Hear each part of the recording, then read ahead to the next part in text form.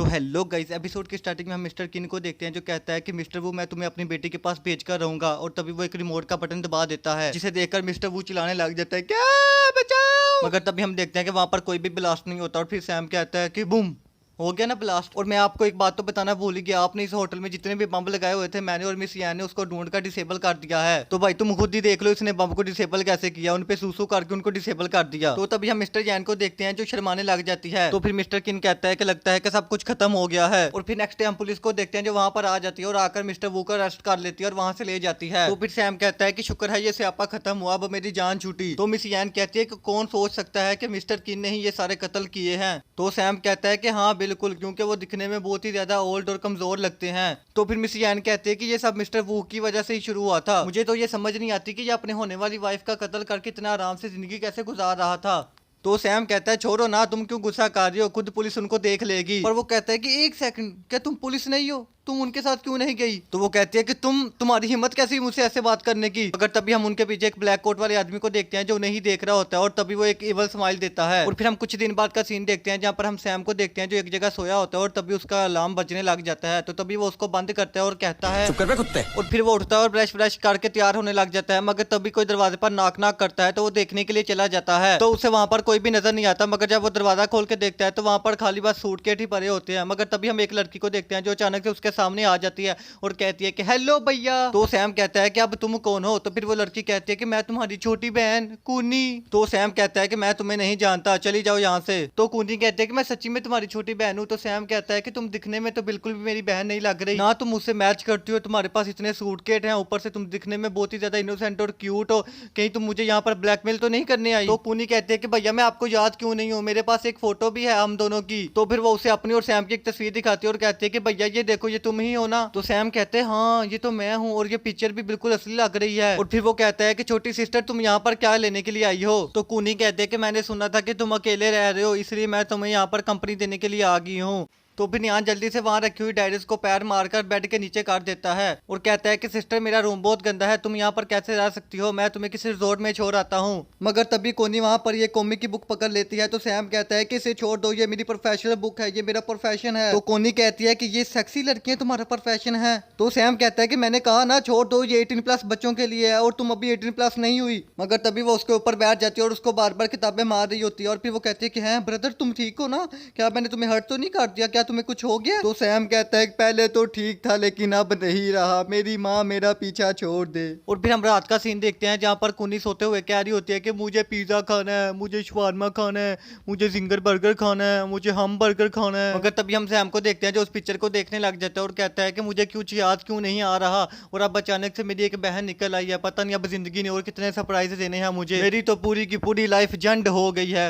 और तभी scene shift हो जाता है और हम एक बंदे को देखते हैं जो भागता हुआ किसी की तरफ जा रहा होता है। तो तभी वो बंदा इस पे फायर करना शुरू कर देता है। मगर तभी वो उसकी गोलियों से बच जाता है और उसको जान से मार देता है। तो फिर वो और भी लोग उस पर अटैक करने के लिए आते हैं तो वो उन सबको जान से मार देता है और गाजर मूली की तरह काटता हुआ आगे बढ़ जाता है। और फिर वो घर के अंदर जाता है और वहाँ के जितने भी गार्ड होते हैं उन सबको भी जान से मार देता है। और फिर वो एक मीटिंग रूम में जाता है और वहाँ पर भी सभी लोगों को जान से मार देता है। तो तभी उसे अपने सामने एक डोल नजर आती है। जब वो उसे सीधा करता है तो वो कोई डोल नहीं बल्कि एक टाइम बम होता है। तो तभी वो वहां से भागने लग जाता है और वो विंडो से जंप कर ही रहा होता है कि तभी बम ब्लास्ट हो जाता है जिसकी वजह से वो बहुत ही ज्यादा जख्मी हो जाता है। और फिर सैम की आंख खुल जाती है और फिर हमें पता लगता है कि ये मनूस मारा सैम का सपना था।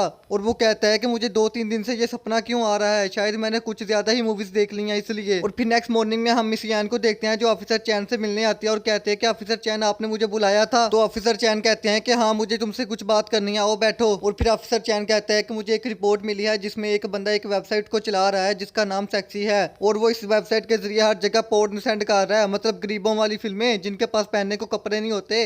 भाई लोग आई होप तुम लोग समझ गए होगे हैं, समझ रहे हो। तो तुम्हें उस बंदे को पकड़ना होगा और उसके घर पर रेड करनी होगी, डायरेक्टर ने तुम्हें इस काम का लीडर बनाया है। तो ये बात सुनकर वो बहुत ही ज्यादा हैरान हो जाती है और कहती है कि क्या लीडर, वो भी टीम का। तो ऑफिसर चैन कहता है कि डायरेक्टर ने तुम्हारे पिछले केस की रिपोर्ट देखी थी और उन्हें वो बहुत ही ज्यादा पसंद आई थी, इसलिए उन्होंने तुम्हें नेक्स्ट केस का लीडर बनाया है। मुझे उम्मीद है कि तुम उनका साथ नहीं झुकने दोगी। तो फिर मिस यान कहती है कि सर आप बेफिक्र हो जाएं, मैं अपना काम अच्छे तरीके से करूंगी, तो तभी हम एक अफसर को देखते हैं जो चैन को कहता है कि सर जरूर इसका बैकग्राउंड कोई बड़ा होगा, इसलिए तो डायरेक्टर ने खुद इसको केस का लीडर बनाया है। तो चैन कहता है कि तुम ये सब मत सोचो, तुम बस अपना काम करो। फिर नेक्स्ट सीन में अफसर चैन को देखते हैं जो ड्यूटी खत्म करके अपने घर जाने लगता है और तभी वो आकर अपनी गाड़ी में बैठता है। मगर तभी एक बंदा पीछे से कहता है कि ऑफिसर चैन कैसे हो तुम। तो ये आवाज सुनकर ऑफिसर चैन बहुत ही ज्यादा डर जाता है और तभी वो अपने कोट के अंदर से गन निकाल कर सीधा उसकी तरफ पॉइंट कर देता है। तो तभी हम उस बंदे को देखते हैं जो कि वही ब्लैक कोट वाला आदमी होता है और तभी उसकी आंख रेड हो जाती है, जिसकी वजह से चैन को अपने सामने एक सांप नजर आता है और तभी वो गन को बाहर फेंक देता है और कहता है कि ये क्या था। तो फिर वो ब्लैक कोट वाला आदमी कहता है कि चैन घबराने की बात नहीं है, मैं तुम्हें यहाँ पर कुछ भी करने नहीं आया। और वो कहता है कि मैंने सुना है कि एक न्यू कमर पुलिस ऑफिसर ने तुम्हारा सेंटर ब्यूरो ज्वाइन किया है। तो ऑफिसर चैन कहता है कि कौन, वो मिस यैन। तो वो काला कोट वाला आदमी कहता है कि हाँ बिल्कुल, उसका बैकग्राउंड बहुत ही ज्यादा बड़ा है और मैंने ये भी सुना है कि उसको आते ही केस का न्यू लीडर बना दिया गया है।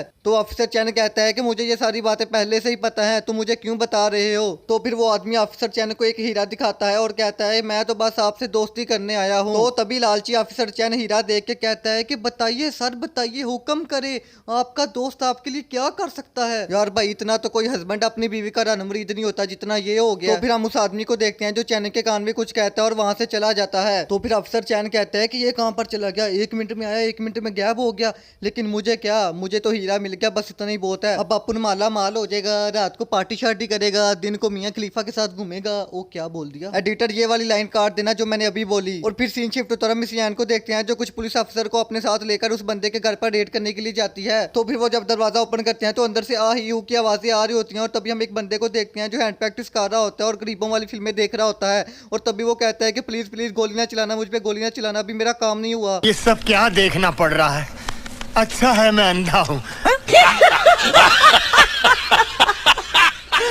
और फिर हमें पता चलता है कि ये बंदा और कोई नहीं बल्कि सैम का दोस्त पैंग होता है। तो फिर मिस यान उसको ऐसी हालत में देखकर शर्माने लग जाती है और कहती है कि जल्दी से अपनी पैंट ऊपर करो और ये कंप्यूटर को बंद करो। और वो ऑफिसर को कहते हैं कि तुम सब इसको अरेस्ट करो, मैं बाहर जा रही हूँ फ्रेश हवा लेने के लिए। तो तभी हम सैम और कोनी को देखते हैं जो कहीं जा रहे होते हैं। तो कोनी सैम को कहते हैं कि भैया तुम ये सब चीजें कहाँ पर लेकर जा रहे हो। तो सैम कहता है कि अभी तुमने मेरे घर पे रहना है, इसलिए मैं अपनी प्रोफेशनल बुक को वापस देने के लिए जा रहा हूँ। मगर तभी सैम रास्ते में मिस यान को देखता है तो वो कहता है कि मिस यान आप इतने दिनों बाद। तो मिस यान भी कहती है कि हाँ भाई यंग गाइड कैसे हो तुम, इतने दिनों बाद मुलाकात हो रही है तुमसे। मगर तभी पैंग सैम की आवाज सुन लेता है और कहता है कि मास्टर मास्टर मुझे बचाने, ये लोग मुझे अपने साथ लेकर जा रहे हैं। तो मिस यान कहती है कि क्या तुम मास्टर हो, क्या तुम इसके मास्टर हो। तो सैम कहता है कि कौन मास्टर, मैं किसी को नहीं जानता। और तभी वो कहता है कि मिस अच्छा ठीक है अब मैं चलता हूँ। मगर तभी उसकी सारी कॉमिक बुक गिर जाती है तो मिस यान भी उन्हें देख लेती है। तो फिर सैम कहता है कि मिस यान जैसा आप समझ रही है वैसा बिल्कुल भी नहीं है, ये मेरा प्रोफेशन है, ये मेरी प्रोफेशनल बुक्स हैं। तो तभी उसकी छोटी बहन कहती है कि भाई तुम कौन सा बड़ा बिजनेस करते हो इन किताबों को देख देख कर। तो सैम कहता है कि चुप कर जा, मेरी माँ पुलिस अभी मेरे सामने है, क्यों पिटवाएगी मुझे आज। और फिर वो कहता है कि मिस मैं तो आज आपको चाय के लिए ऑफर करने वाला था, क्यों ना हम चाय पीने के लिए चले। तो फिर मिस कहते हैं कि चल बेटा आज मैं तुझे जेल की चाय पिलाती हूँ, बड़े तुझे लोगों के बड़े बड़े विचार नजर आते थे ना, आज मैं तुझे विचार दिखाती हूँ। और तभी वो उसे अपने साथ जेल ले जाते हैं। तो फिर सैम कहता है कि छोटी सिस्टर अपना ख्याल रखना, मैं जल्दी वापिस आ जाऊंगा, मेरा इंतजार ना करना।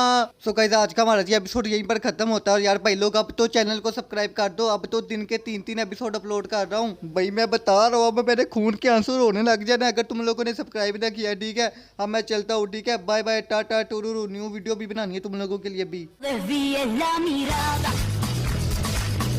Quédate cerca de mí.